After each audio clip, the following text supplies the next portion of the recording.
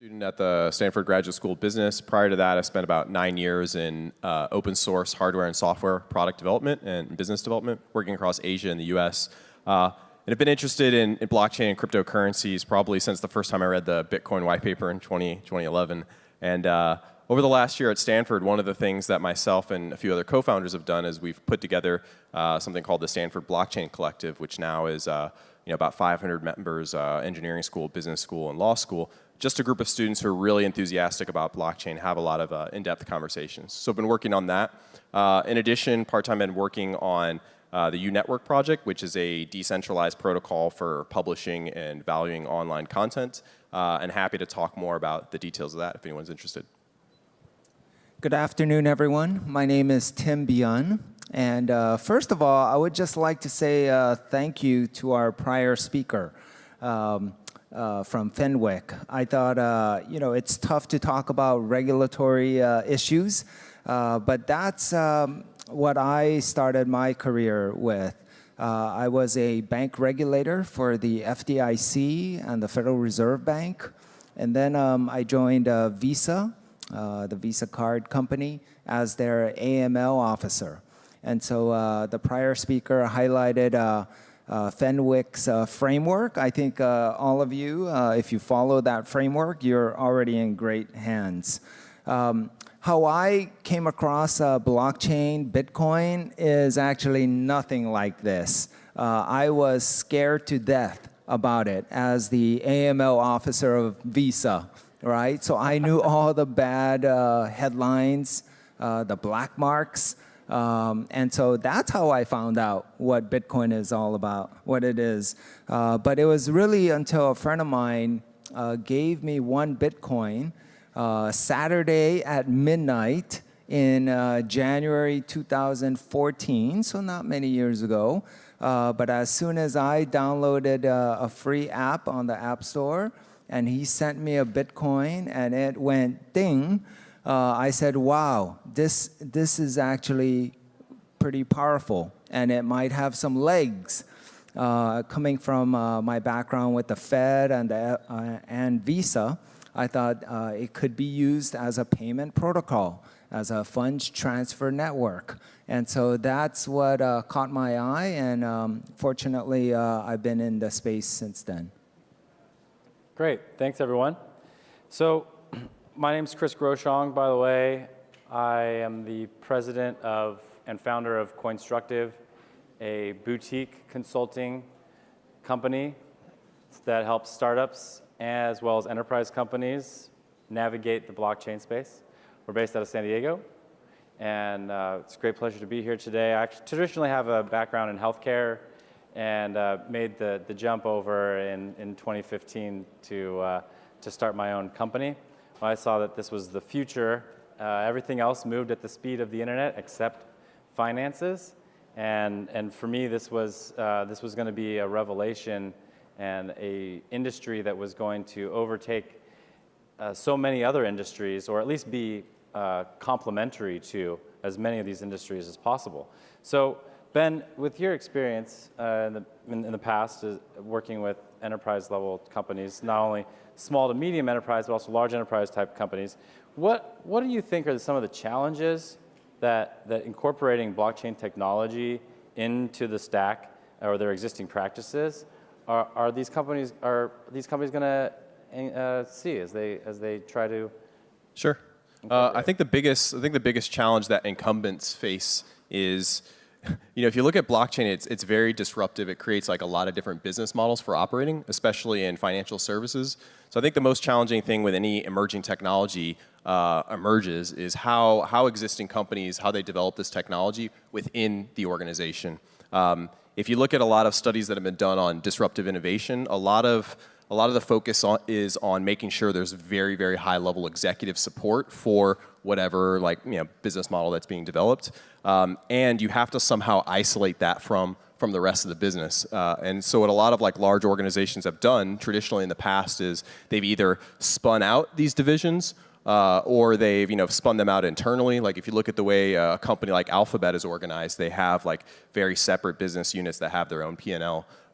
So I think with regards to the technology, if you look at incumbents and large enterprises, how they should deal with it, I don't think it's, personally from my experience and understanding, it's not necessarily a technical challenge, but more of kind of like an internal political and like an organizational structure challenge.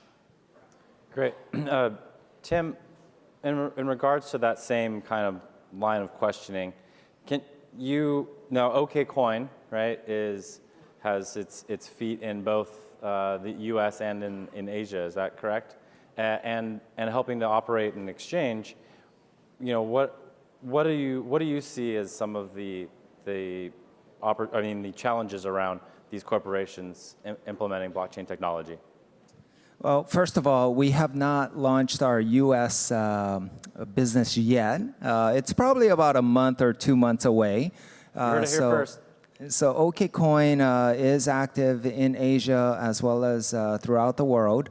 But just again, highlighting what Dan said just 20 minutes ago, the U.S. is very unique in terms of their regulatory framework. And so our company was not ready to launch services in the U.S. until now. So we are building a capable team. We are building out the AML, ATF sanctions team as well. And that's how we will roll out the U.S. offering. I think, but the bigger question that you raise is, how can enterprises kind of capture or attack or utilize blockchain? I think it really comes down to what Ben mentioned. They have to internalize what their services and products are first. It's kind of like when the internet came out.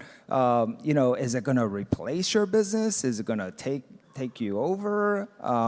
But I think enterprises, whether large or small, they'll need to look at blockchain and really see what it can do for them. And I think that's the real opportunity right now. So Alex, I want to ask you real quick about what are some of your warning signs or red flags around investing? And also, Shu, I want to have you answer the same question. Sure. There are a lot of red flags, and this has become. I mean, we're definitely in frothy, bubbly territory with current valuations, especially if you look at the amount that's been accomplished and the evaluations assigned to a lot of these companies. If you look at, for example, EOS, $5 billion, $6 billion valuation, no product to date. I mean, that's really something you would not see in sort of traditional capital markets. You wouldn't get that level of valuation without a product. So I think some of the basic core things I'm looking for are, one, do they need blockchain technology? I know that sounds like a very simple, stupid question, but believe it or not, a lot of the companies raising money through token sales, whether it be ICOs or private placements, don't actually need to use the blockchain technology. And so then the follow-on question on it is, if you don't need that blockchain technology, are you just using this as a more convenient form of funding because you can't get money elsewhere? And I think that's the case for many companies, in which case, as an investor, you should be asking yourself, wow, do I want to be the person holding the bag? Am I just investing in the hype, or do I actually understand what I'm investing in? And I would go one step further and say, cryptocurrencies in general are a new asset class, but they're not without parallels to other asset classes. So if you look at, for example, equities, in the short term, the quality of the underlying company and the price of the stock, which is a proxy for that company, can separate for a short amount of time. But in the long term, generally speaking, the intrinsic value and of the company and the price of the stock tend to be consistent.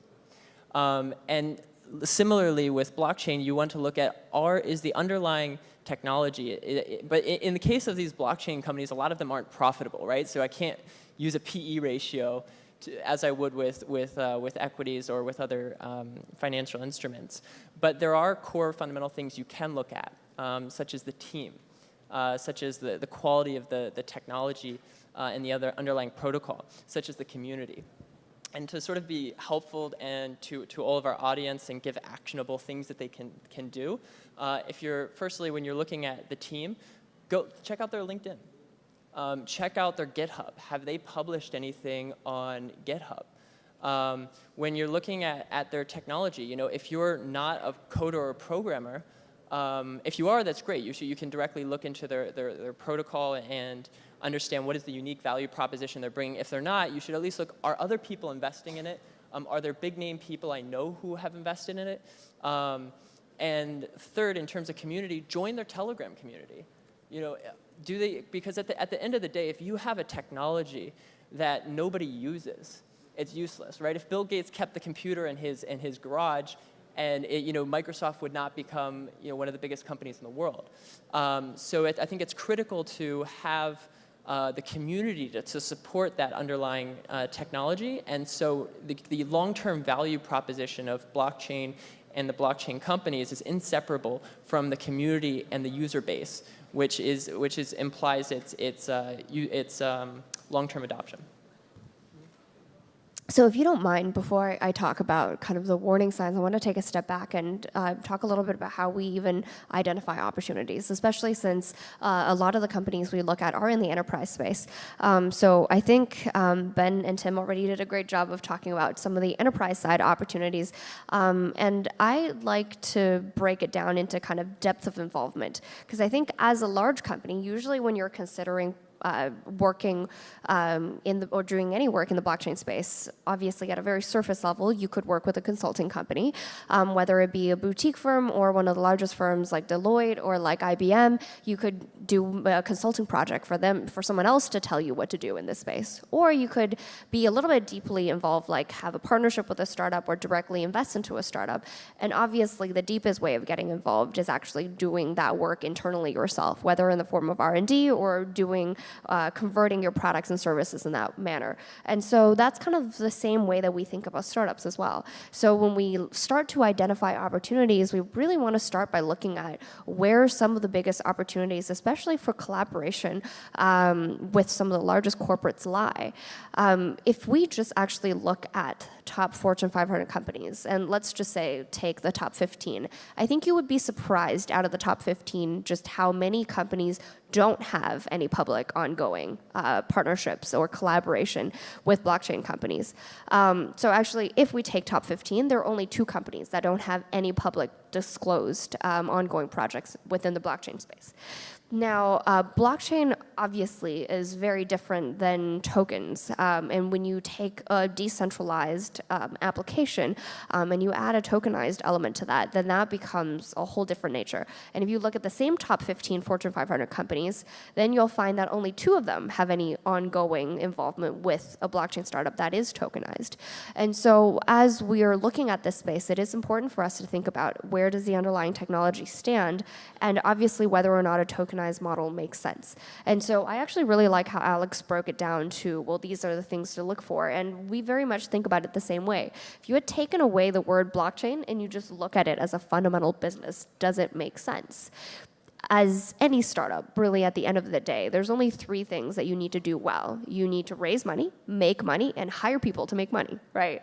There's only these 3 things. And so whether or not you can leverage blockchain in the most efficient way to help you do all these 3 things better, I think that's important to look at. And so obviously the red flags are the exact opposite side of the coin, which is if you're not leveraging the technology to help you do these 3 things better. So for example, when it comes to the first thing in terms of raising capital, well, you can use a tokenized model to do that more efficiently, but is that really necessary? The second part in terms of business model, in terms of making money, are you using blockchain to help facilitate your business model to improve efficiency and to lower costs? And if not, that fundamentally doesn't make sense. And when it comes to hiring talent to help you improve your business model, well, are you using the blockchain infrastructure in a way that incentivizes more talent to contribute at an earlier stage, or is that not being used effectively? So all of these things are general kind of guidelines or rules of thumbs that we tend to look at and refer to think about investments in this space. And so the red flags are the exact opposite of everything that I just mentioned. So thank you. I think that kind of leads us into a very kind of interesting next step, like fundamentally, like logically speaking, is if there are all these red flags, right, and there are all these worries about scams, and we have, on the other end of that is the consumer, right? So when you're working, only as a startup, in a new industry, but also as a company who provides services like OK Exchange, then Tim, my question is to you really is about what are the types of things that companies who have a responsibility to their consumers, what should they be doing to help protect the consumers in an unregulated environment?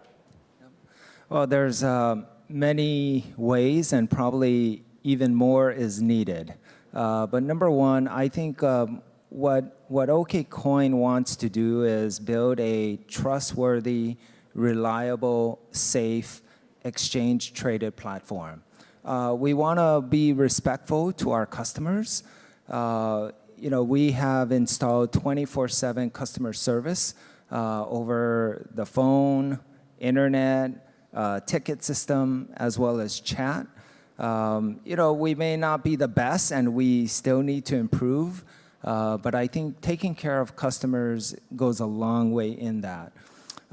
In terms of the investment, kind of what I would say, the nuts and bolts and the profile, I don't know how many of you have invested in stocks or bonds or real estate. I think you definitely need to do your homework. But one thing that I try to tell my friends and my family members is diversification. And don't bet your whole life or your whole boat on one. So I think you definitely need to do the homework, as Alex mentioned, but also you need to be sensible. You can't leverage everything and just go on a whim on one winning horse. So I think there's a lot of common sense as well as a lot of fundamentals. But in terms of just serving the customer, what we want to do at OKCoin is treat our customers right and fairly.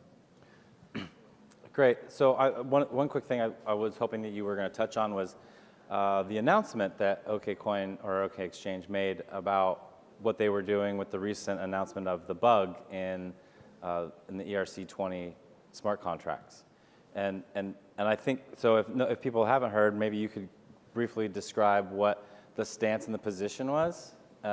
Sure.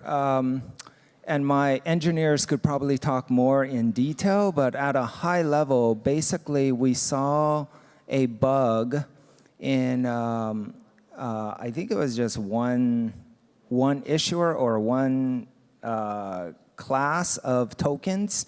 And so we made our position public that we think it's a vulnerable access point. And we actually halted in and out of our exchange until we can figure out what to do with it. Other exchanges, other parties have said similar results or have taken a different stance. But I think what I love about this blockchain community and the Bitcoin community is that it is open. Everyone has a voice.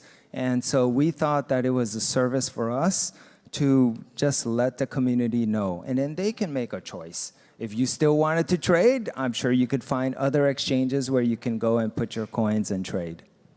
And I think that's really important to point out because there's a lot of companies who would not halt exchanging because of how much money there is to be made. And principles, I think, at least in this industry, the fundamental principles that you stand and you build your company on, those are the things that are going to attract long-term users. And by doing things and showing the community, right, that you are looking out for their best interests, not always in yours, which is something that we're not really always familiar with when it comes to enterprise. So I think it's very important that those types of things be brought to the surface and be made public. We always glance over the good thing and we're waiting for the juicy tidbit that sinks the ship or causes somebody a great deal of pain or concern. But to go along with that, I think, Ben and Alex, you guys are both building projects or working on projects for the community, and we talked about a little bit about community and what an important role that plays in today's token economy. Ben, why don't you briefly touch in around maybe how your project is is tying into the community, but just overall community in general. Yeah, sure. I think, so taking a step back, so a broad look at why people are using blockchain, why people are excited about it, is because it's enabling new types of business models for how users can interact with platforms. So a lot of projects and a lot of products and companies you'll see out there are really taking advantage of the idea that there might be a better way for internet platforms to interact with their users. And by using a blockchain, by using a digital token on top of that, that's a way to distribute value created from platforms in a more evenly distributed way. So one of the insights that we've had is one area that's really ripe for innovation is kind of the area of online content communities. So one really good example of a decentralized online content community some people may be aware of is Steemit. And Steemit has done a good job of rewarding content creators and content curators for curating content. So it's basically like a blogging platform, and there's a digital token, and if you produce good content, you get rewarded for it in terms of tokens, and that token has a value. But there's a central challenge with that platform, which is that there's no cost. Because there's no cost for users to upvote content, what happens is that you actually have the existence of these paid upvote bots. So people are paying bots to actually upvote content, and then that content is prioritized to the top of the sorting algorithm for that platform. So if you click into something like in a category that you like, what you see at the top is something that has a lot of upvotes because people have paid for those upvotes. So one of the hypotheses that we have is that if you attach a cost to upvoting, potentially people will be a little bit more conscious of what they're voting on. But instead of just having a cost, if someone actually predicts which type of content is popular, they can actually profit from that in terms of a token payout.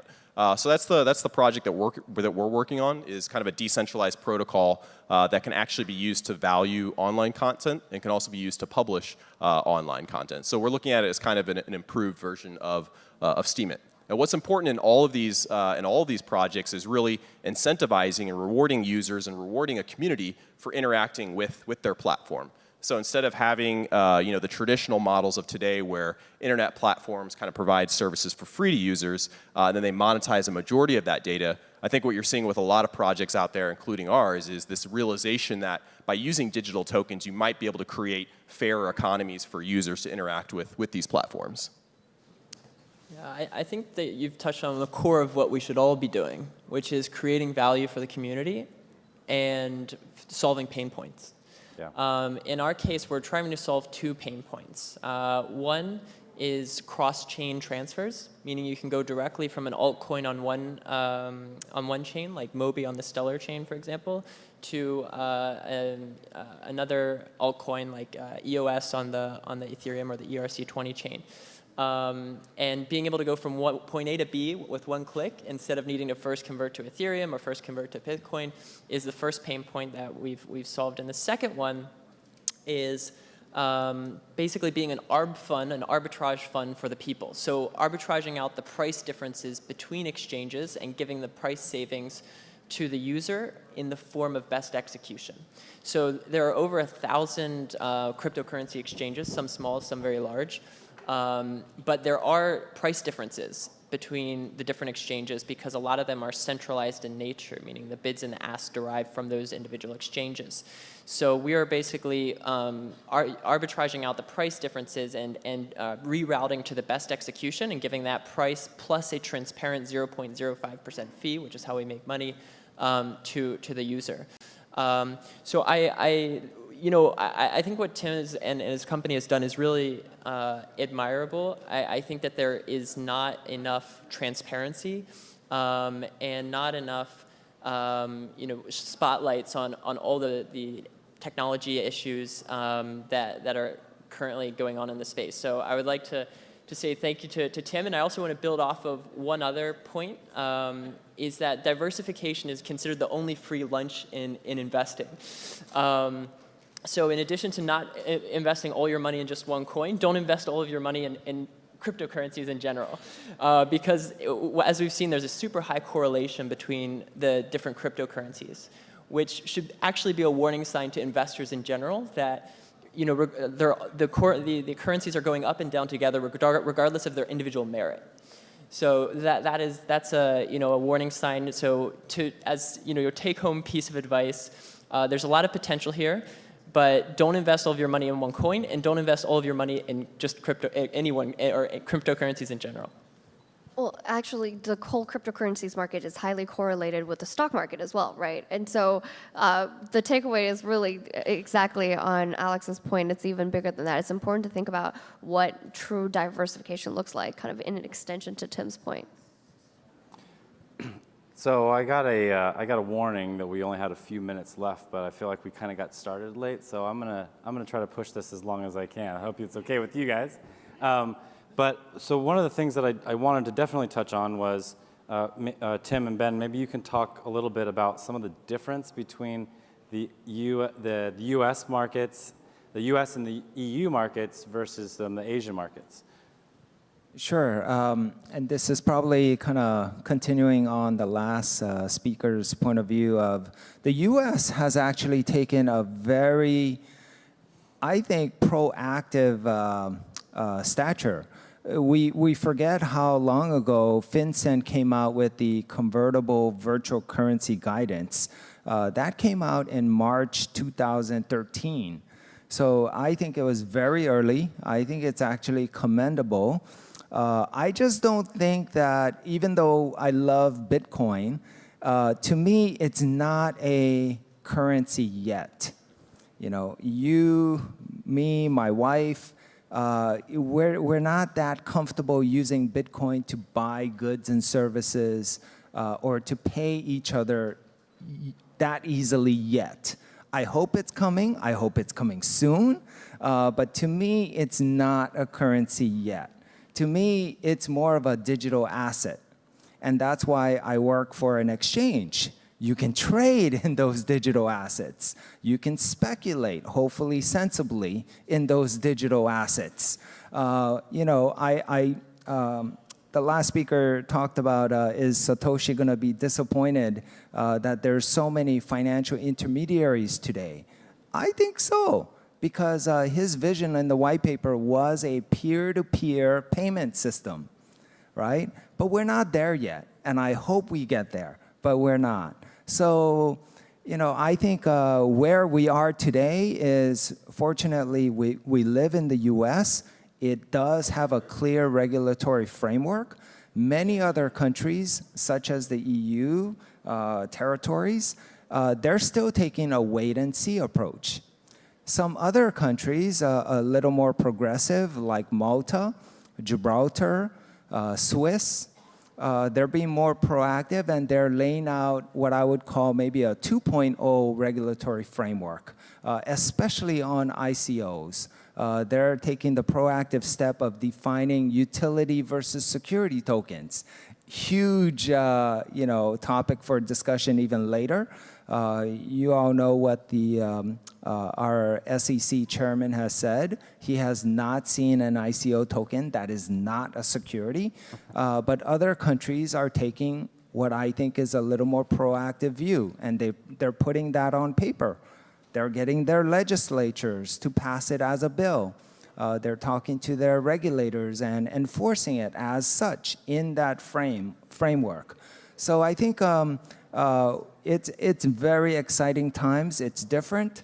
You know, for entrepreneurs out there like you're going to have to decide which framework is good for you and abide by local country laws. Yep. And Ben? Yeah, I think building on Tim's points there, I mean, he very wise to touch on the concept of regulation, especially across different jurisdictions, right? In the U.S., in the presentation before us, we learned about FinCEN, we learned about the SEC, we learned about the CFTC. What's interesting is you look over in Asia, you know, each kind of country has its own perspective, right? You've got South Korea, which has its ban on ICOs, but you have a really strong cryptocurrency trading market over there. In Japan, you have kind of a different view. We're trying to regulate things a little bit more closely. And then myself, you know, I've spent time working and living in China. So even that side of the world's perspective on what to invest in and what's good and what's bad is also really, really unique. So I think what's what's kind of fascinating and scary about this industry is that with each of these tokens, with each of these crypto commodities and crypto assets, you have the utility value side of things, but also you have the speculative value. And I think as we've talked a little bit about valuation, we've talked a little bit about investing, I think a lot of people in the US or in the West are trying to apply different valuation techniques, for better or worse, trying to come up with different valuation techniques to think about what are the fundamental values of some of these things. And from my perspective, I don't know whether or not that level of analysis is done in Asia yet. But the majority, I think, if you look at some of what some of the discussions that people have, I think some people think that maybe 60 to 70% of some tokens are purely driven by speculation. How you actually come up with any type of valuation model around that is beyond me.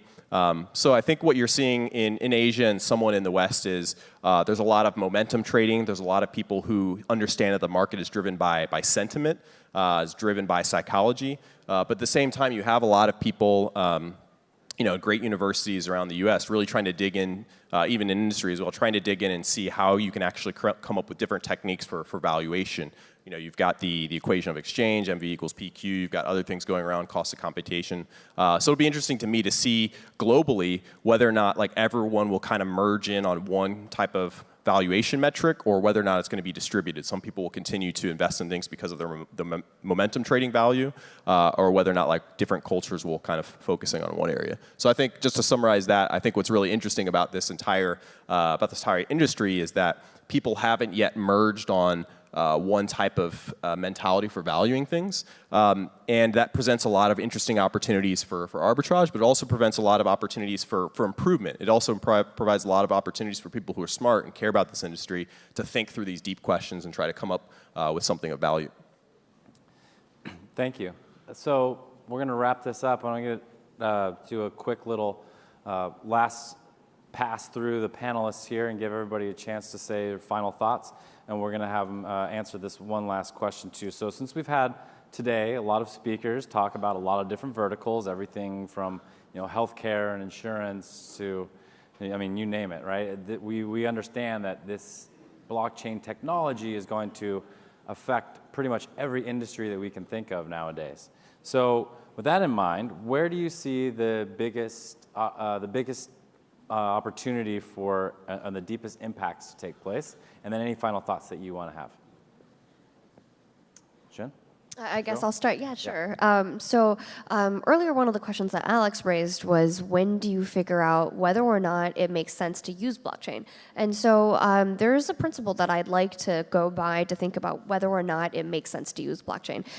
So usually what I do is I compare the cost or savings from economies of scale to the cost of centralization itself. And so these definitions can be very broad, but for example, cost of centralization, let's say in the case of insurance, could be cost of operations. So as an insurance company, one of your biggest operational costs is to actually hire en masse lots of sales agents who actually go out and do all of the work for you to represent you as an insurance company and get people to buy your insurance plan. So that is definitely a cost of centralization. Another cost could potentially be protecting yourself from being hacked.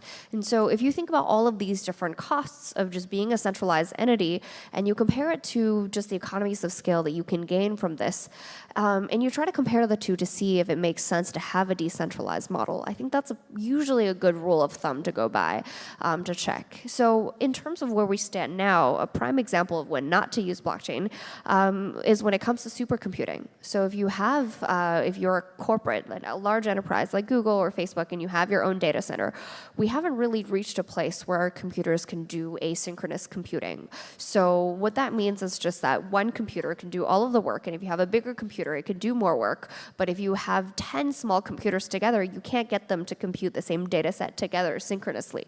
And so given that that's still where we stand today in terms of technology, it's important to think about that just in the context of, well, obviously you get a lot of economies of scale from one large factory or one large setting where you actually have consistent AC, you potentially can negotiate for lower utilities bills, and you can see all of these machines and it functions together and calculates things much more efficiently. efficiently. So that's a prime example of when something decentralized might not necessarily make sense.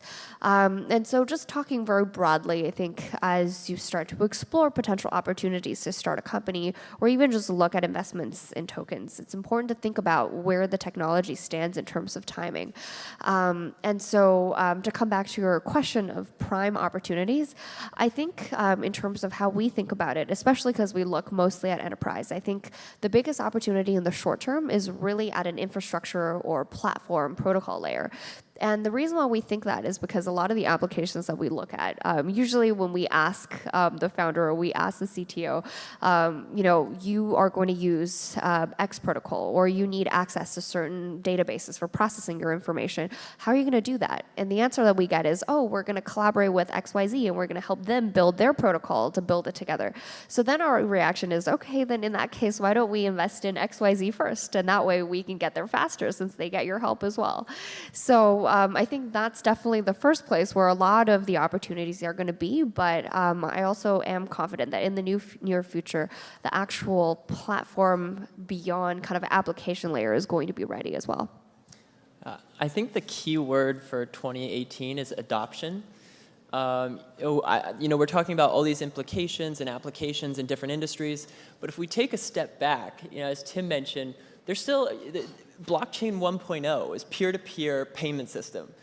We still haven't done that, right? And so we can talk about insurance, we can talk about different levels of fintech and application, but we haven't even really accomplished mission 1.0. And I think there are meaningful steps. Like Bitcoin Cash may be a superior version of Bitcoin Core, perhaps. But I think there are to answer your question, I think there are two opportunities to drive that adoption. Two big ones I see. One is I think regulation can play a very important role. I think too much regulation is bad, but I also think too little regulation is bad. I think with the right amount of regulation, you can give confidence to mainstream users, to mainstream investors, that this is here for the long term. We will not tolerate bad actors, and you can feel comfortable using it. I think another major area of opportunity is combining technological prowess with marketing know-how. So it's not enough to be the best technical guy and just be the best technology in the world. If you can't market it, if you can't tell your story, if you can't convince people to use it, it's useless. So how do you take the technology and marry that with best marketing, best business development applications? I think there needs to be more talk about the synthesis of those two and not look at either of them in silos. Actually, if you don't mind me adding really quickly onto that point, I really like that point, Alex, because when it comes to adoption and being able to get people to understand how it works, some of the most widely adopted startups, they don't even go out and say that they're a blockchain startup, right? They just say, hey, like end user, you don't necessarily need to understand how our base layer works. You just need to know, like, for example, you need to do cross-chain transactions. You just need to know that it works. That's like, you can try it, or you can see this is our prototype, or you can see this is exactly how the beta version works, and that's all you need to understand. Yeah, I like to say we need to get where we are with email, right? You can check your email without knowing what the heck's going on under the hood. We need to get to that same place with blockchain technology, and we're not there yet. Sorry. No, sure. Carry on. No, I think just to follow up on this conversation, I really like the point that you had around trying to come up with a cost-benefits analysis for the advantage of decentralization.